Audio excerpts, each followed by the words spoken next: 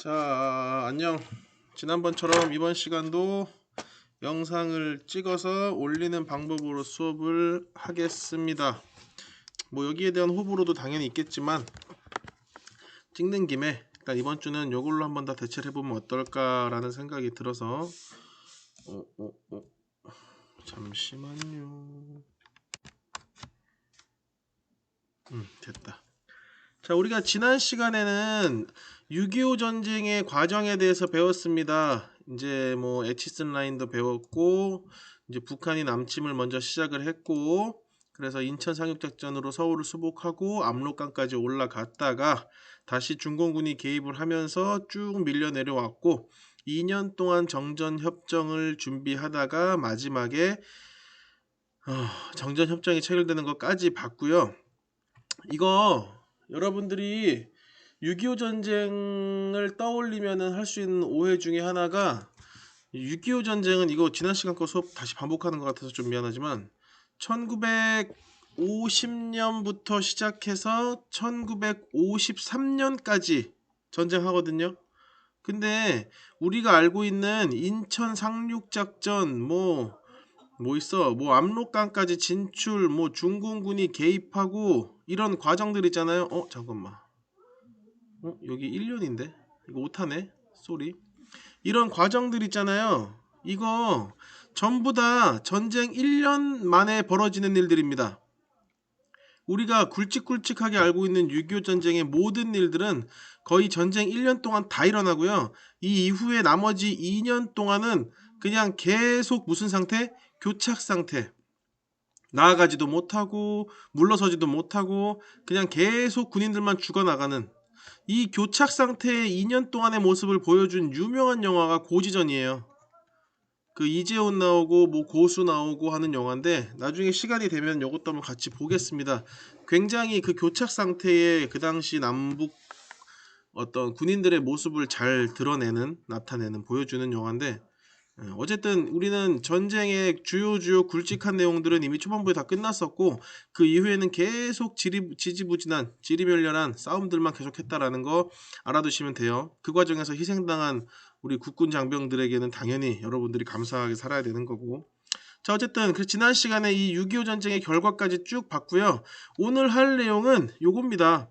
지난 시간 마지막에 이승만 정부가 반공체제를 강조하면서 독재체제를 강화했다. 요거를 조금 더 자세하게 보는 게 오늘 수업이에요. 과연 이 이승만 정부가 자신의 독재체제를 어떻게 강화했는지, 어떤 방법으로 계속 정치적인 연장을 해왔는지 그 내용 볼 겁니다. 몇 차시? 50차시고요. 여기에 주요 내용은 첫 번째 발췌 개헌, 두 번째 4.4.5입 개헌. 이게 무슨 말이야? 할 텐데 이제 들으면 이해됩니다. 그리고 이걸 다 포함하는 반공주의. 그리고 어쨌든 전쟁 끝난 뒤에 나라를 먹여 살려야 하니까 전쟁 후에 이 나라를 다시 원상태로 회복시키는 복구 사업 이런 내용들 하고요. 그러고 동시에 위에서는 남한에서 이승만이 독재 정권을 강하게 만들어내는 동안 북한에서는 김일성이 어떤 방법으로 사회주의 경제체제를 이룩해내는지 이런 내용들 볼 겁니다. 자, 시작합니다. 이승만 정부의 정권 연장 꼼수. 여기 지금 여러분들 요 내용을 필기해서 나중에 수업 시험 준비할 때 반복해서 보시면 되는데요. 여러분들 교재에 있는 내용을 최대한 눈에 잘 들어오기 쉽게 정리를 한 부분은 요 필기거든요. 근데 내가 이 부분을 수업하려고 보니까 기본적인 정치 지형 형태에 대한 이해가 없으면은 조금 어려울 것 같기도 해서 자, 요것도 당연히 중요한 필기고요. 여러분들이 한 번 더 이해하기 쉽게 다시 한번 정리를 할게요. 일단 오늘 수업은 요거 먼저 필기를 하세요. 요거 필기하고 이 필기한 내용을 근거로 여기 내용을 정리하겠습니다. 오늘 배울 내용이 페이지가 여기 하나, 정권 연장 꼼수. 두 번째, 전쟁 끝나고 복구 사업. 세 번째, 그렇다면 북한은? 요 세 가지인데요. 시험에 가장 잘 나오는 거는 요것도 아니고 요것도 아니고 요거거든. 요게 시험에 가장 잘 나오고요. 제일 중요하기도 하고요. 그래서 요 부분을 조금 더 쉽게 설명하기 위해서 이걸 설명하기 위한 또 다른 필기를 하나 하겠습니다. 자, 잘 들어. 1948년에 지지난 시간에 배웠던 제헌국회가 만들어집니다. 제1대 국회야. 7월 17일이 그래서 제헌절이죠. 자, 이때 뽑혔던 국회의원들 중에서는 이승만이랑 친했던 인물들이 꽤나 많습니다. 많아요. 자, 이때 제1대 국회가 만들어진 다음에 우리나라의 첫 대통령은 국민들이 직접 뽑지 않고 국회의원들이 뽑았어요. 우린 이걸 뭐라고 부른다? 간접선거라고 하죠. 이승만과 친한 국회의원들이 뽑혔기 때문에 이 국회의원들이 대통령을 누구로 할까라고 회의했을 때 당연히 누가 뽑히겠어? 이승만이 뽑히겠죠. 그래서 그 해에 1948년도에 우리나라의 제1대 대통령으로 누가 당선된다? 이승만 대통령이 당선됩니다. 자, 기억하세요. 요때 임기는 4년입니다. 지금 현재 대통령의 임기는 5년이거든. 근데 이거는 나중에 변경돼서 5년이고요. 그 전까지는 4년이었어. 기억하세요. 4년에 지금 현재 대통령은 우리나라 헌법상 2번 못 하거든요. 미국은 2번 하는데 우리는 절대 2번 못하게 해요. 우리는 독재에 대한 아픈 기억이 있기 때문에 절대 2번 못하게 나중에 헌법으로 못을 박아버리는데 그 전까지는 초대 헌법에서는 뭐라고 규정되어 있냐면은 2번까지는 가능하다고 써 있습니다. 자, 요거 잘 기억하세요. 4년에 2번까지야. 자, 그래서 간접선거로 1대 이승만 대통령이 뽑혔어. 자, 근데 이때 제1대 국회는 대한민국 정부를 만들기 위해 급하게 구성된 국회이기 때문에 2년 동안의 국회의원들의 임기를 가집니다. 이때 뽑힌 국회의원들의 임기가 2년이었어. 그래서 이때 국회의원들이 대통령을 뽑고 이것저것 헌법을 막 수정하고 고친 다음에 나라를 만들어 놓고 자 장렬히 전사합니다. 그 다음 2년 임기였으니까 48년 그 뒤에 국회의원 몇 년도에 뽑는 거야? 2년 뒤인 1950년도에 몇 대 국회의원들이 뽑힌다? 제2대 국회의원들이 뽑힙니다. 근데 문제가 있네.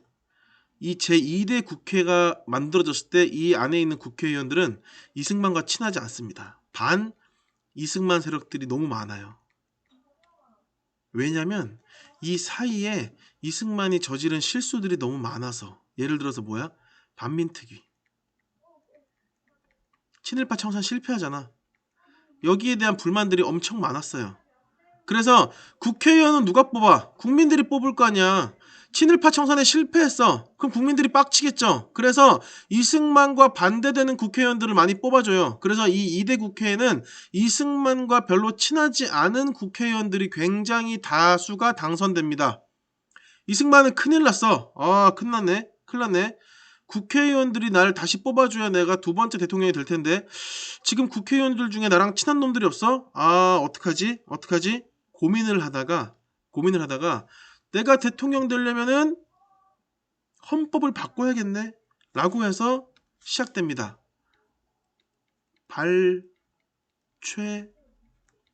개헌. 개헌이라는 것은 뭐야? 헌법을 바꾸다는 뜻이고요. 발췌란 뜻이 왜 붙었냐면 우리나라의 많은 헌법 내용들 중에 자기한테 필요한 것들만 쏙 골라서 요것만 빼먹어야지, 요것만 바꿔야지, 발췌한다는 뜻이야. 뽑아낸다는 뜻이야. 그래서 우리가 이승만이 자기가 대통령을 한 번 더 하기 위해서 헌법을 바꾼 이 개헌을 우리는 뭐라고 부른다? 발췌 개헌이라고 불러요. 어떤 내용을 바꾸냐? 지금 현재 국회의원들은 날 뽑지 않을 가능성이 크니까 국회의원 말고 누가 직접 날 뽑게 만드는 거야? 국민들이 날 직접 뽑게 만드는 거예요. 대통령을 간선제가 아닌 뭘로 바꾼다? 대통령을 직선제로 바꿔요. 대통령 직선제로 바꿉니다. 이게 몇 년도야? 1952년도야. 대통령 직선제로 헌법을 바꿔놓은 다음에 자 48년도 첫 대통령이었어. 4년 임기였죠. 이제 52년도에 대통령 선거를 한번 더 해야죠. 그래서 이 발췌 개헌의 결과 1952년도에 제2대 대통령으로 또 누가 당선된다? 이승만이 당선됩니다.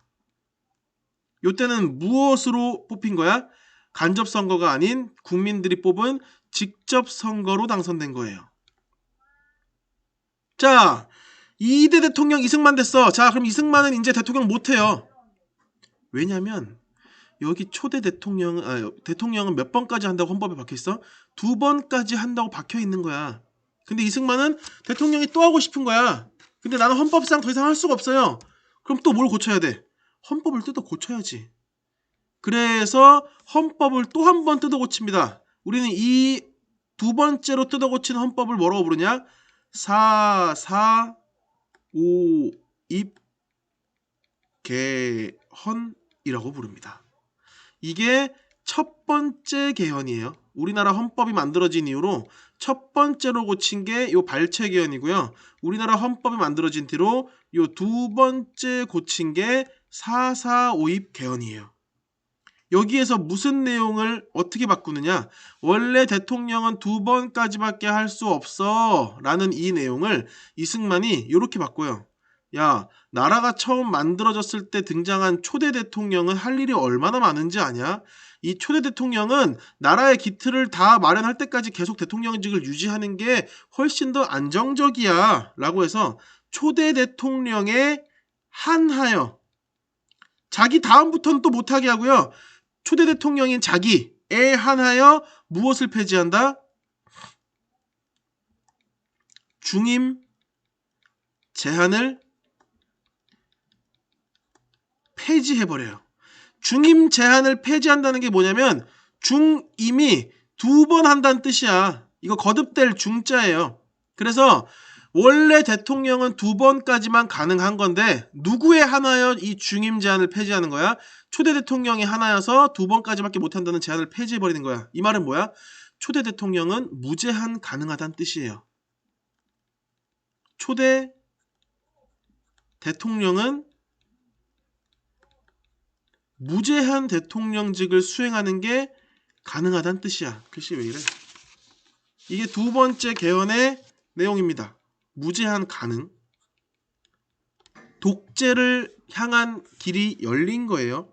그래서 이 4.4 5입 개헌을 이뤄내고요. 이걸 근데 왜 4.4 5입이라고 부르냐? 이 사자가 넉사자고요.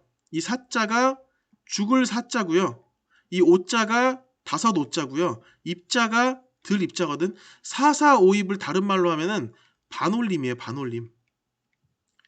오 밑으로는 죽이고 오 위로는 올린다는 뜻이야. 근데 이 말이 왜 나오냐면 이 4.4 5입 개헌을 했을 때 국회의원들이 당연히 투표를 해서 결정을 할 거 아니야. 근데 대다수의 국회의원들은 그래도 생각이 있었기 때문에 야, 이거 말도 안 돼. 다 반대합니다. 그래서 원래 헌법에 국회의원들의 3분의 2 이상이 찬성을 하면은 넘어가고 3분의 2 이상이 찬성하지 않으면은 이 헌법이 개헌을 실패하는 이런 모습이었는데, 이 당시에 국회의원 3분의 2라고 하면 몇 명이었냐면요. 135.3333 요거야. 이 당시 국회의원들의 3분의 2가 135.3333이야. 자, 그래서 이 135.3333인데 사람을 0.3으로 구분할 수 없잖아. 그래서 당연히 몇 명 이상이 찬성해야 넘어가는 거야. 136명 이상이 찬성하면 넘어가는 거예요. 136명 이상 찬성하면은 통과. 136명 이상이 찬성하지 않으면 실패. 근데 이 초대 대통령이 하나여 중임 제한을 폐지한다는 이 개헌안이 몇 명이 찬성하느냐면 135명이 찬성해버립니다. 그럼 당연히 통과야 실패야? 실패겠죠. 그래서 처음에는 이 초대 대통령이 하나여 중임 제한을 폐지한다는 이 개헌안이 통과되지 못해요. 근데 이승만을 비롯한 그 이승만과 친한 세력들이 머리를 싸매고 고민을 해요. 이거 어떻게 넘기지? 이 위기를 어떻게 극복하지? 하다가 이 당시에 헌법학자들을 매수해서 고려대 수학과 교수들을 동원해서 이런 식의 결론을 냅니다. 사람을 어떻게 0.3으로 쪼개냐? 그럼 뭐 0.3은 뭐 하반신이야? 상반신이야? 대가리야? 뭐야? 그럴 수 없잖아. 따라서 사람의 수는 소수점으로 나눌 수 없기 때문에 136이 아닌 몇으로 한다? 135를 기준으로 한다 라고 말을 바꿔버리는 거야. 그래서 135명 이상이면 통과고 135명 이하면 실패다. 근데 우리는 이번에 몇 명이 찬성했다? 135명이 찬성했다. 따라서 이 법안은 뭐다? 통과다. 4 밑으론 버리고 5 위론 올리고, 그래서 0.3을 없애버린 거죠. 135로 찍어서 통과시켜버린. 그래서 우리는 이걸 뭐라고 부른다? 4452 개헌이라고 불러요. 반올림 개헌이죠. 이런 말도 안 되는 주먹구구식 개헌을 어떻게 하냐 국가에서. 근데 했어요. 자, 그래서 이 헌법을 통과시킨 다음에 결국 52년도가 이대였으니까 4년 뒤면 몇 년도야? 1956년도에 몇 대 대통령이 당선된다? 제 3대 대통령 이승만이 또 당선됩니다. 독재 시작이야. 독재 시작이야. 자, 요 내용이 여러분들이 오늘 배울 내용이고요. 자, 요 과정 중에 계속 나의 입맛에 맞지 않는 사람들을 가지고 너 빨갱이구나, 너 사형, 이런 짓을 한 거야. 이게 무슨 정책이야? 반공정책이에요. 이 과정에서 무수히 많은 국회의원들과 정적들이 반항했을 거 아니야. 야, 이거 독재 아니야? 라고 시비 걸었을 거 아니야. 그때 그 시비 건 사람들한테 이렇게 얘기하는 거지. 너 빨갱이구나. 이게 무슨 정책이야? 반공정책. 자, 이제 여러분들 본 필기로 돌아갑니다. 볼게요. 요거를 기억하시면 여러분들 본 필기의 내용이 훨씬 더 수월해집니다. 자, 정리하겠습니다. 빰빰. 봅니다. 이승만 정부의 정권 연장 꼼수. 첫 번째, 발췌 개헌. 자, 2대 국회의원 선거에 중도파와 무소속이 다수 당선되면서 누구에게 불리해진다? 이승만에게 불리해진다. 요 내용이 방금 얘기한 뭐야? 요거예요. 요거. 이승만에게 불리한 2대 국회가 구성이 되는 거. 그래서 이승만이 결정을 하죠. 이 결정을 하기 전에 요 내용도 한 게 나와 있네. 자유당을 창당한 뒤에, 자유당은 친이승만파입니다. 친이승만 정당이에요.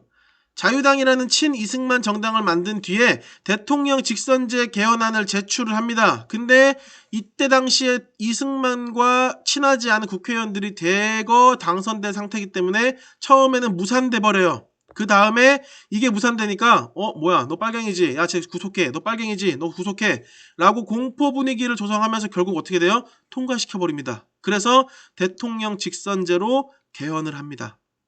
이 가운데 이 과정도 물론 중요하지만 여러분들이 알아야 할 가장 중요한 건 뭐야? 발췌 개헌. 이거 왜 한 거야? 이승만이 불리해져서. 발췌 개헌이 뭔데?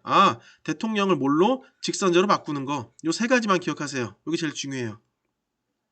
자, 그 다음 두 번째, 4.4.5입 개헌 봅니다. 4.4.5입 개헌 뭐야? 현임 대통령에 한해서.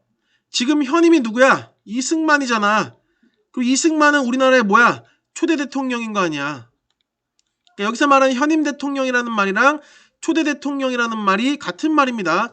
초대 대통령인 현임 이승만 대통령이 한해서 뭘 없애자? 중임 제한을 없애자는 개헌안을 제출합니다. 근데 정족수가 부족해서 무산돼요. 원래 136명이어야 통과인데 몇 명이 찬성한 거야?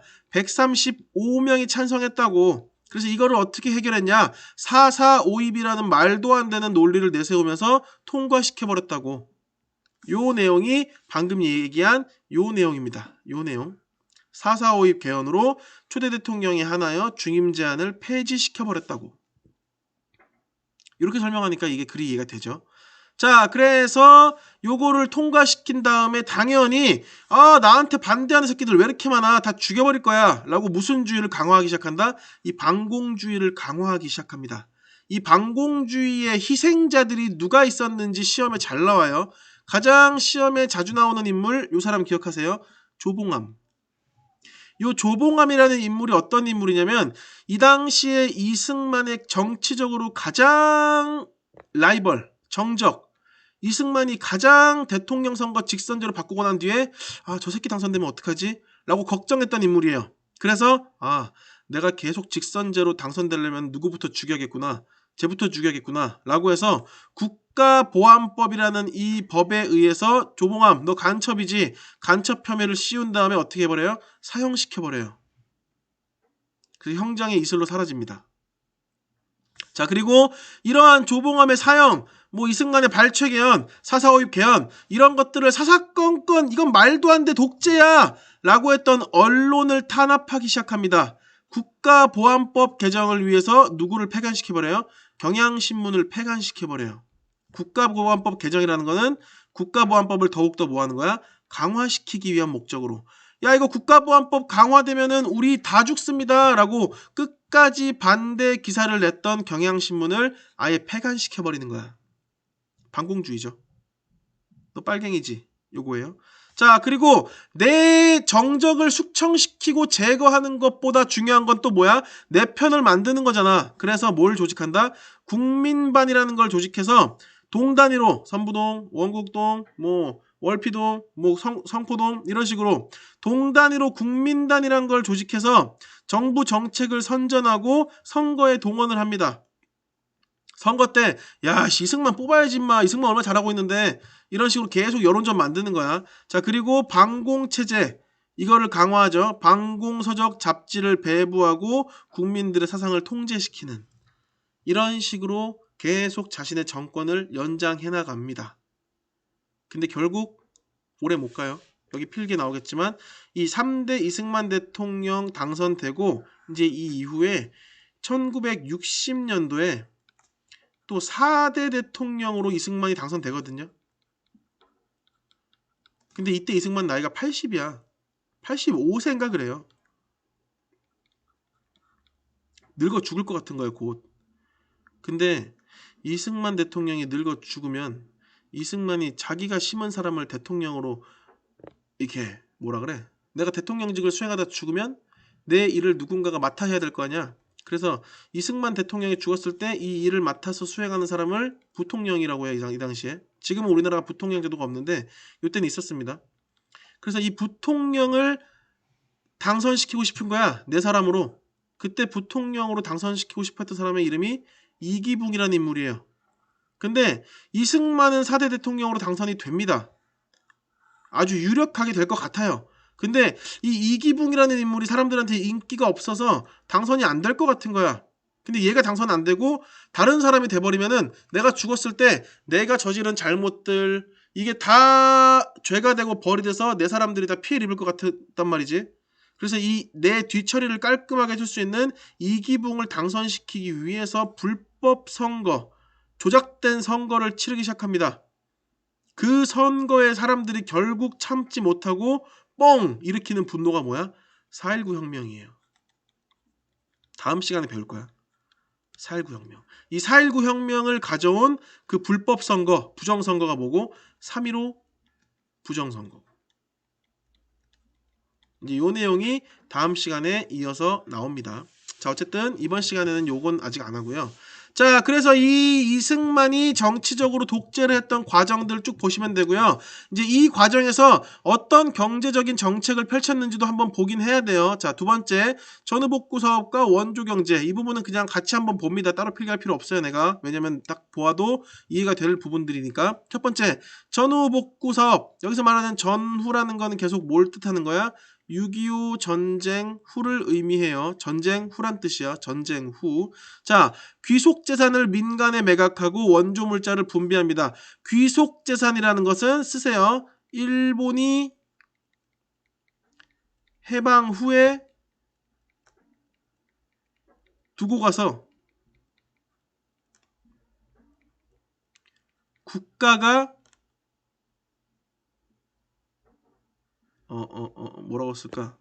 국가가 소유하게 된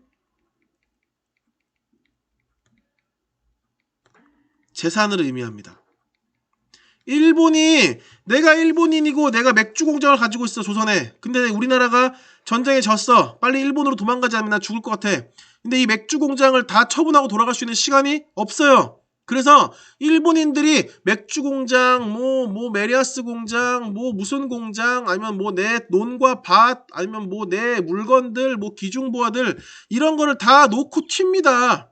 이거 누가 갖고 가야 돼? 당연히 국가가 이걸 다 갖고 가야죠. 그래서 대한민국 정부가 일본인들이 두고 간 재산을 전부 다 국가의 소유로 돌려버려요. 그 다음에 이거를 민간에게 뭐 하는 거야? 팔아요. 팔아서 돈을 법니다.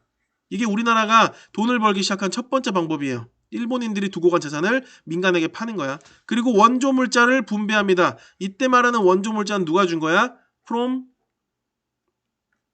미국. 미국이 이승만이랑 약속했잖아. 야, 우리 휴전하면은 너네 나라에 거의 10년 가까이 펑펑펑 먹고 충분히 입을 만큼 옷, 음식 지원해줄게. 미국이 우리에게 지원해준 원조 물자를 국가에서 굶어 죽지 말라고 국민들에게 분배해주기 시작합니다. 그러면서 1950년대 후반이 되면은 주요 산업시설의 복구가 어느 정도는 완료가 돼요. 우리나라도 당연히 다시 정상적인 국가로 가기 위한 과정을 거치고 있는 거야. 이 과정에서 어느 나라가 엄청 중요한 역할을 하냐? 미국입니다. 미국이 우리에게 약속한 것들이 있기 때문에 그 약속을 지켜줍니다. 무엇으로? 밀, 면화. 면화는 옷을 만드는 데 쓰는, 밀은 가장 중요한 이 당시의 음식이죠. 쌀과 더불어서. 그리고 설탕. 설탕 없으면 만들 수 있는 음식이 별로 없어요. 그래서 이 밀과 면화와 설탕 등의 잉여농산물, 잉여농산물이라는 건 뭐야? 미국에서 전부 다 소비하고 남은 농산물을 잉여농산물이라고 합니다. 보통 우리가 잉여라고 하면은 야, 남는 이런 거 의미하잖아요. 좋은 때 쓰는 말들은 별로 아닌데 어쨌든 미국에서 소비하고 남은 잉여농산물들을, 왜냐면 미국도 이 잉여농산물을 가지고 있으면 골치 아파. 공급이 많아지면은 물가가 떨어질 거 아니야. 그러면은 이 물건을 파는 자영업자들이나 농민들은 또 힘들거든. 그래서 창고에 처박아 놓은 잉여농산물을 어떻게 처리할까 고민을 하다가 야, 이거 줘버려 하고 그냥 한국에 줘버려요. 한국에 대량 제공을 합니다. 그 결과 자, 밀도 색깔이 하얗고요, 면화도 색깔이 하얗고요, 설탕도 색깔이 하얘요. 그래서 세 가지의 하얀색 물건을 가지고 하는 산업들이 발달합니다. 쓰세요. 이거 체크하세요. 300산업. 요거 시험에 잘 나와요. 300산업. 별표 치세요. 밀과 면화와 설탕을 주로 활용해서 산업하는 300산업이 발달합니다. 어느 시기에? 이승만 정부 시기에. 어느 시기에? 전쟁이 끝난 직후에. 근데 문제는 이 300산업이 발달하면서 물론 굉장히 산업적으로는 훌륭한 일들이 많아지는데 문제가 미국에서 들어온 밀, 미국에서 들어온 면화, 미국이 공짜로 주는 설탕, 이런 것 때문에 우리나라 농민들이 만드는 농산물 가격이 대폭 하락하면서 농촌 경제는 또 힘들어지는. 그렇다고 안 받을 수 없잖아. 안 받으면 부족해지고 받으니까 넘쳐나고. 근데 지금 같으면은 이거를 국가에서 체계적으로 관리하고 하는 시스템이 만들어졌을 텐데 이 당시에는 전쟁 끝난 직후라 그런 시스템이 체계적이지 못해요. 그냥 일단 주는 건 다 받습니다. 그래서 농산물 가격이 굉장히 많이 하락할 수밖에 없는, 그래서 농촌 경제가 조금 더 힘들어지는 결과를 초래하죠. 자, 그리고 3번 정치와 경제의 유착. 우린 이것을 뭐라고 부른다? 정치, 경제, 유착. 유착이라는 거는 찰싹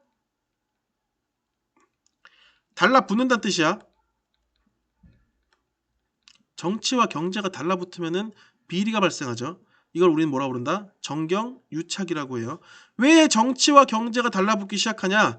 경제적으로 돈을 벌기 위한 이 산업가들이 내가 미국에게 받은 밀과 면화와 설탕을 최대한 정치인들에게 살살 아부 떨고 해서 받아와야 이거를 받아서 민간인들에게 팔 거 아니야. 그러려면 당연히 경제인들이 정치인들과 같은 배를 타고 친하게 지낼 수밖에 없잖아요. 그래서 이 미국에게 받은 원조 물자와 일본으로부터 발생한 귀속 재산을 최대한 많이 받아서 내 재산으로 만든 뒤에 국민들에게 팔 수 있도록 이걸 분배하는 과정에서 친한 사람들에게 나눠주는 특혜가 발생을 합니다. 그러면서 결과 300산업 중심으로 독점적인 대기업이 만들어지죠. 이때 만들어진 독점적인 대기업이 오늘날 어디예요? 삼성의 시작이에요. 이건 뭐 삼성을 비판하겠다는 게 아니라 이게 사실이에요. 삼성이 옛날에 뭐부터 시작했냐? 밀가루와 설탕을 팔면서부터 시작합니다. 밀가루와 설탕 만들어 팔다가 오늘날 반도체 만들고 휴대폰 만들면서 어마어마한 공룡 기업이 된 거예요. 그거는 꼭 알고 있어야 돼요. 그 정부로부터 밀가루와 설탕과 면화를 받아서 팔기 시작했던 그 사람이 누구야? 오늘날 이재용의 아버지인 이건희의 아버지인 이병철이죠. 이병철 때 이렇게 만들어 놓은 삼성을 이건희가 휴대폰을 만들어서 대박을 치고 TV를 만들어 컴퓨터를 만들어 대박을 치고 오늘날 누가 가지고 있는 거야? 이재용이라는 사람이 삼성을 다시 또 운영을 하죠. 요 과정이에요. 요 내용도 나중에 시간 되면 좀 해주고 싶은데, 자 어쨌든 이승만 정부 때 정치적인 독재 내용 봤고요, 경제적인 전후복구 사업 내용 봤고요. 마지막, 그렇다면 이 시기에 북한은 뭐 하고 있었을까? 이승만이 독재하는데 독재로 누구에겐 안 부럽지 않은 북한이 가만히 있었을 리가 없겠죠. 자, 제목부터 봅니다. 1인 독재 체제의 등장. 6.25 전쟁 과정 및 이후에 반대 세력을 제거하면서 김일성이 권력을 강화합니다. 김일성의 아들이 김정일이고요. 김정일의 아들이 오늘날 배불뚝이 누구야? 김정은이죠. 이런 말 하면 또 간첩이 와서 죽이는 거 아니겠지? 자, 이때 북한이 어떤 식으로 힘을 키워내느냐? 중국과 소련이 힘싸움을 하는 틈을 타서, 원래 소련이 제일 큰 형이고요, 그 밑에 중국이 둘째 형이고요, 중국 밑에 북한이 막내 동생인데, 이 당시에 1950년대가 되면 이 소련과 중국이 사이가 점점 틀어져서 갈등이 생깁니다. 심지어 영토 분쟁도 있어요. 이러니까 북한에서 원래는 친중국 세력도 있고 친소련 세력도 있고 김일성 세력도 있고 뭐 등등 다양한 세력들이 있는데, 소련과 중국이 지금 피 터지게 싸우기 시작하니까 김일성이 친중국 세력을 날려도 중국이 신경을 못 쓰는 거야. 왜? 지금 이게 북한을 신경 쓸 틈이 없어요. 김일성이 친소련 세력을 날려도 소련은 신경을 못 써. 왜? 지금 중국과 싸워야 되거든. 그래서 이 소련과 중국이 서로 아둥바둥 싸우는 그 틈을 타서 김일성이 남한의 독재 체제를 강화합니다. 소련과 중국의 갈등이 끝나고 북한을 둘러봤을 때는 이미 김일성이 북한을 다 먹은 상태. 타이밍 기가 막히죠. 자, 그래서 김일성이 독재 체제를 강화한 뒤에 뭘 시작한다? 사회주의 경제 체제를 확립하기 시작합니다. 목표, 전쟁 이전 수준으로 생산 수준을 회복하는 것이 목표. 자, 결과, 나의 첫 번째 형, 두 번째 형이었던 누구? 중국과 소련이 지속적으로 뭘 해준다? 원조를 해준 탓에 조기 목표를 달성하고 우리는 목표를 이뤄냈습니다 라고 자축합니다. 근데 공산주의자들은 거짓말을 잘해요. 대부분 계획이 미달된 상태라는 게 나중에 밝혀집니다. 서류상으로만 달성 해놓고 자기들끼리 샴페인 뻥 터트린 거죠. 근데 직접 가서 보니까 완성됐다고 이야기하는 다리는 만들어진 적도 없고, 완성됐다고 이야기하는 공장은 아직 만들고 있고, 이런 상태가 돼버리는 거예요. 자, 어쨌든 간에 자기들 내부에서는 목표를 달성하기 위해서 뭘 시작했냐? 제1차 5개년 계획이라는 걸 시작합니다. 경제 부분에 제1차 5개년 계획, 목표는 뭐야? 사회주의 경제공업 기반을 구축해서 의식주를 해결하자 라는 마인드고요. 이 시기부터 북한과 우리나라가 다른 길을 갑니다. 북한은 고립주의야. 우리는 다른 나라와 무역하지 않아. 해봤자 누구랑? 북한은 중국과 소련과만 무역하는 고립주의 정책을 펼치기 시작하고요. 말이 좋아서 고립주의고, 좋은 말로 치면은 자립경제입니다. 다른 나라가 우리나라에 대한 무역을 다 끊어도 우리는 버틸 수 있는, 우리 스스로 다 만들어낸 자립경제를 하고요. 우리는 무역 중심, 수출 경제를 시작하는 거야. 북한은 다 만들어내는 자립경제를 시작하고요. 남한은 내가 잘 만드는 걸 만들어서 다른 나라에 팔아서 내가 못 만드는 건 수입해서 먹고 살아야지 하는 수출 경제를 시작합니다. 이게 오늘날 북한과 남한의 차이를 만들어 놓은 시작이에요. 누가 옳은 선택을 했던 거야? 사실 결국은 남한의 선택이 옳았죠. 자, 어쨌든 결과적으로는 1년 조기 달성을 선전, 우리가 5년짜리 계획을 만들어냈는데 1년을 조기 달성해서 4년 만에 계획을 성공했다라고 또 자축을 합니다. 근데 결국 그 내부 모습을 뜯어보니까 자본 투자도 없고 기술 혁신도 없고, 오로지 어떻게 빨리만 속도 경쟁에만 의존해서 북한이 5년짜리 계획을 4년 만에 달성했다는 사실이 밝혀져요. 결국 속이 없는, 알맹이 없는 빈 껍데기뿐인 경제였죠. 자, 이 과정에서 어떤 것들을 하느냐? 농업 협동화. 자, 요거 시험에 잘 나옵니다. 농업 협동화. 요거 빈칸 그 별표 치세요. 농업 협동화라는 건 전쟁 직후에 국토를 복구하는 과정에서 모든 농지를 어떻게 협동조합의 소유로 전환합니다. 이게 뭐냐? 협동조합의 소유로 전환한다는 뜻은 다른 말로 개인의 소유를 금지한다는 뜻이에요. 왜냐하면 이 협동조합이 뭘 뜻하니까 국가를 뜻하거든요. 국가가 만든 협동조합이 모든 토지를 소유한다 라는 뜻은 지금부터 사회주의에 의해서 개인의 소유는 인정하지 않는다는 뜻입니다. 사유재산이 없다는 뜻이에요. 개인이 가진 모든 토지를 다 몰수해서 국가가 만든 협동조합의 소유로 귀속시킨다는 뜻이야. 자, 사회주의 체제로 급속한 전환을 시작하는 거고요. 모든 생산수단을 통합해서 노동에 의해서 분배를 받는 사회주의적 소유 형태를 만들어냅니다. 이게 뭐야? 농업협동화라는 정책이에요. 개인이 가진 건 없어. 당연히 생산 결과도 개인의 것이 아닙니다. 국가 거예요. 대신 노동에 대한 대가로 야, 너 쌀 1kg, 야, 너 쌀 1.5kg, 야, 너 쌀 500g 이런 식으로 나눠주는 분배받는 경제가 만들어지죠.